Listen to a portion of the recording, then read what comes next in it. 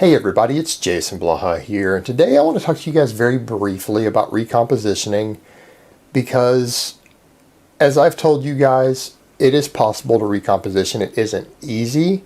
It isn't always a fast process, but I've given situations where I recommend people actually recomposition, and this is something that like Johnny Candido and I both agreed upon, is that if someone's going to be a drug-free competitive strength athlete in weight classes, it's usually recommended by us that they don't do true cuts. They need to clean bulk into new weight classes and then recomposition. And when they are strong enough to move up a weight class, they slowly should clean bulk. And by clean bulk, guys, I mean what a lot of you are calling a lean bulk. I don't mean eat clean foods. I mean a very, very small surplus where you're gaining weight very slowly and gaining very little fat. Now, obviously, you're probably going to gain some, but that's what they need to do. Well, come on up here, Aries. Okay.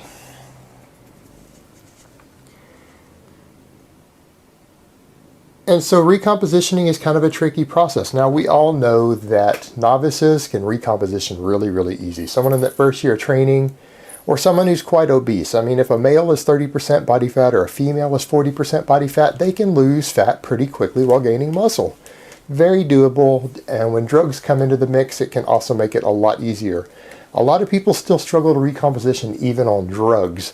So these tips are for them as well, because they don't work like magic as much as everyone thinks. They give you a big margin for error. They improve your margin for error, but even that doesn't guarantee that you're going to gain muscle and lose fat at the same time. Even guys who are using pretty hefty amounts sometimes struggle with this. So this is for everyone who really wants to do this. Now, the things we need to look at are really twofold. They're going to be nutrition and they're going to be training. Number one, I don't recommend running just straight maintenance every day. What I find is that if you really want to focus on this, you're going to have to spend phases of the week to where you're losing fat and to where you're gaining muscle and recovering and boosting performance.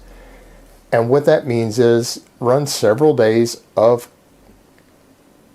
a calorie deficit. It could be a 500, 600 calorie deficit, but you're probably going to want to go over 10%. Not the minor 10% I recommend for slow cuts, because you want noticeable fat loss on those days. Now, you could do something like a 3-day deficit and then a refeed on the 4th day, or you could do a 5-day long deficit and then refeed for the whole weekends. But the main thing that you're looking for is that you're going to want a relatively large calorie deficit, at least 500 calories. I mean, 500 calories is a good number to start with, to work with on those off days, and then you're going to want to refeed on ultra high carbs, low fat. Now, I don't care what sort of diet you run on those other days. If you want to run anything from a keto type diet almost, or just a moderate fat, moderate carb, high protein approach, whatever you want to do on those deficit days, whatever allows you to have good energy and be in a deficit, go for it.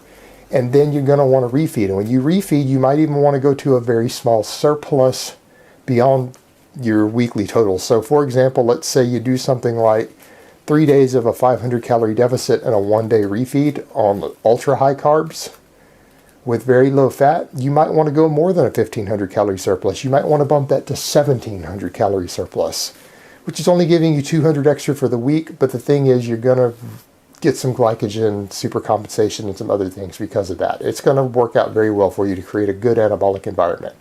You will not gain fat on that day, but you will gain performance, you will gain muscle. So that's a method you could do, or the same thing on the weekend. You could run a 500 calorie deficit Monday through Friday. That's 2,500 for the week. And instead of just eating a 1,250 surplus on each day, you could bump it up to 1,300, 1,400 calorie surplus on each of those 2 refeed days. But the main trick with something like that is keeping fat really low, carbs ultra high on the refeeds. The other thing you need to look at nutritionally is make sure that you're not deficient in any vitamins and minerals. I don't recommend people do really dirty style if it fits your macros. Now, there's no problem with working in some treats when you're recompositioning, but they need to be in moderation because of the fact that your body is going to have a lot of days where you're in a deficit and you're trying to gain muscle and recover and perform well. You can't afford to have any micronutrient deficiencies, and I don't believe, and most of the data is backing me at this point, that multivitamins will fill that role at all or help you there. So if you're not getting plenty of fruits and vegetables, and particularly lots of vegetables, if you're not eating a lot of carbs on those deficit days, you're going to have problems here. You need to make sure that your diet is very micronutrient rich and nutritious.